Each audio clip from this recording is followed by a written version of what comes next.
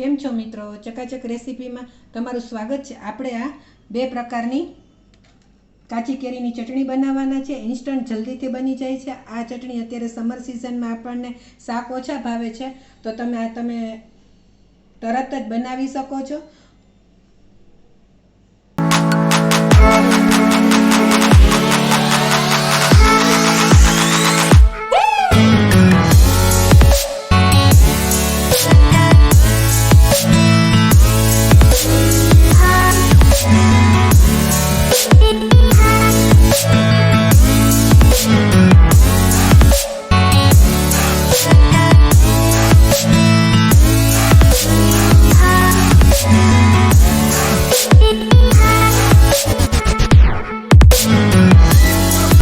આજે આપણે કાચી કેરીની ચટણી બે રીતની બતાવશું।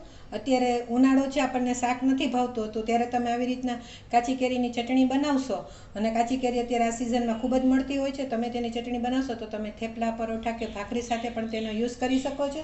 અહીંયા મેં 2 નંગ કાચી કેરી લીધેલી છે। તમે તમારી ક્વોન્ટિટી પ્રમાણે વધઘટ કરી શકો છો। આપણે તેની આવી રીતના છાલ છે તે ઉતારી લેવાની છે। મેં આ કાચી કેરીને આવી રીતે છાલ ઉતારી લીધેલી છે। હવે અહીંયા તમે ગમે તે કેરીનો યુઝ કરી શકો છો। એનું જે બી છે તે આપણે કાઢી લેવાનું છે અને આપણે એક ચોપર લેશું। ચોપરમાં એના મીડિયમ આપણે પીસ કરી લેશું। આપણે આના આવી રીતના નાના નાના પીસ કરી શકશું। તમે અહીંયા ગમે તે કેરીનો યુઝ કરી શકો છો। તોતા કેરી આવે છે તેનો પણ યુઝ કરી શકો છો। અથાણાની કેરી આવે તેનો પણ યુઝ કરી શકો છો। એક મેં લીલું મરચું મોરું લીધેલું છે તે આપણે નાના નાના આવી રીતના પીસ કરી નાખશું। 5 ચમચી આખું જીરું છે તે એડ કરું છું। સ્વાદ અનુસાર આપણે મીઠું એડ કરશું। આપણે અહીંયા કેરીને છે ને 10 થી 15 મિનિટ પાણીમાં પલાળી દેવાની। આખી કેરી જ્યારે આપણે યુઝ કરતા હોય તેનો કોઠો આમ તો ગરમ હોય છે એટલે આપણે આને આવી રીતના જ્યારે પાણીમાં પલાળી દેશું અને પછી આપણે એની છાલ ઉતારીને યુઝ કરેલ છે। મેં અહીંયા ½ કપ જેટલો ફુદીનો છે તે લીધેલો છે।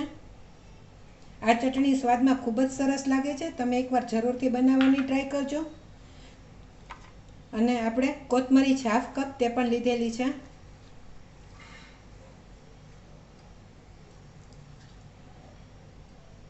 જો તમે ઓનિયન ખાતા હોય અને ઓનિયન એડ કરવા ઈચ્છતા હોય તો તમે અહીંયા ઓનિયન અને ગાર્લિકના નાના નાના પીસ કરીને પણ એડ કરી શકો છો। હવે આપણે આ ચોપર છે તેને બંધ કરી દઈશું અને આપણે આને આવી રીતના ચોપ કરી લેવાનું છે। તમે આને મિક્સર જારમાં પણ ક્રશ કરી શકો છો પણ એના કરતાં આવી રીતના ચોપ કરેલી ચટણી ખૂબ જ ટેસ્ટમાં સરસ લાગશે। એક વખત આપણે તેને હલાવી લેશું।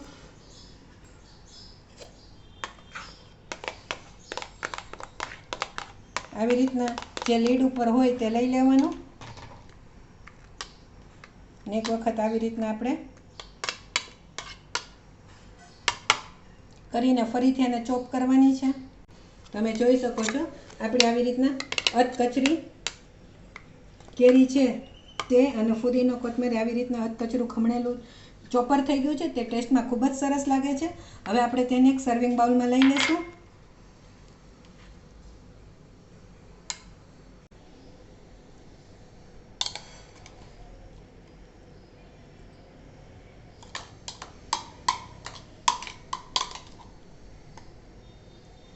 આપણી એક ચટણી રેડી થઈ ગઈ છે। હવે આપણે બીજી ચટણી કરશું। આપણે બીજી ચટણી કરીએ છીએ તેના માટે મેં કેરીની છાલ ઉતારી અને તેનું બી કાઢી અને આવી રીતના લાંબી ચીર કરેલી છે। હવે આપણે ગેસ ઉપર એક પેન લેશું। તેમાં આપણે 1 ગ્લાસ જેટલું પાણી એડ કરીશું અને આપણે આને બોઇલ કરીશું।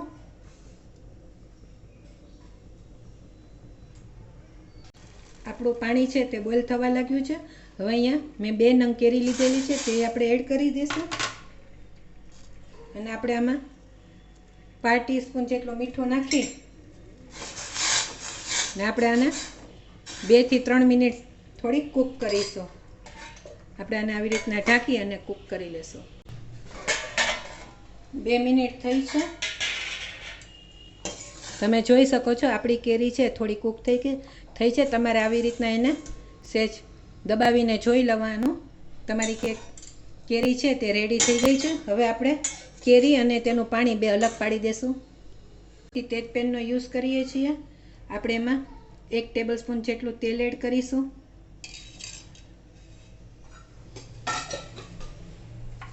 આપણે અહીંયા હું 2 જ કેરીનું બનાવું છું માટે મેં અહીંયા ચપટી રાઈ, ચપટી આખું જીરું અને વરિયાળી છે આખી તે એડ કરેલી છે. તે પણ મેં ચપટી લીધેલી જ છે.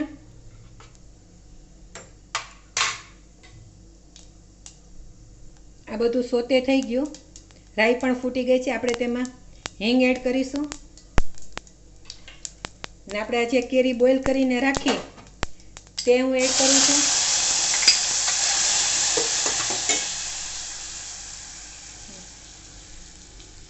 અને આપણે અહીંયા જે કેરીનું બોઇલ કરેલું પાણી છે તે અત્યારે આપણે થોડુંક એડ કરીશું. જોઈએ તે પ્રમાણે આપણે એડ કરવાનું છે. સ્વાદ અનુસાર મીઠું એડ કરશું. 1 ચમચી ગોળ લીધેલો છે. તમે ખાંડનો પણ યુઝ કરી શકો છો. 1 ચમચી ગોળ એડ કરેલ છે. 5 થી ઓછી હળદર, 1/2 ટીસ્પૂન કાશ્મીરી મરચું છે તે એડ કરેલું છે અને 1/2 ટીસ્પૂન ધાણા જીરું એડ કરેલું છે. આ બધું આપણે આને સરસ રીતે મિક્સ કરી લેવાનું છે. આપણો ગોળ છે તેમાં ઓગળી છે ત્યાં સુધી આપણે તેને ગેસ ઉપર રહેવા દેવાનું છે. 2 મિનિટ થઈ છે. આપણો ગોળ છે તે સરસ રીતના ઓગળી ગયો છે. ગોળ ઓગળશે એટલે આપણો રસો છે તે થોડો ઘટ થઈ જશે. અત્યારે મારે આ બરાબર છે. બહુ જાડું પણ નથી અને બહુ પતલું પણ નથી. હવે આપણે ગેસની ફ્લેમને બંધ કરી દઈશું. આપણો આ ઇન્સ્ટન્ટ કેરીનો ચટણી કેવી સરસ રેડી થઈ છે. હવે આપણે તેને સર્વિંગ બાઉલમાં લઈ લેશું. આ આપણી ઇન્સ્ટન્ટ બની જતી કાચી કેરીની ચટણી બંને જાતની રેડી છે. તમને મારો વિડીયો કેવો લાગ્યો જરૂરથી મને કમેન્ટ કરી જણાવશો. તમને મારો વિડીયો પસંદ આવે તો પ્લીઝ શેર, લાઇક અને સબસ્ક્રાઈબ જરૂરથી કરશો. Thank you.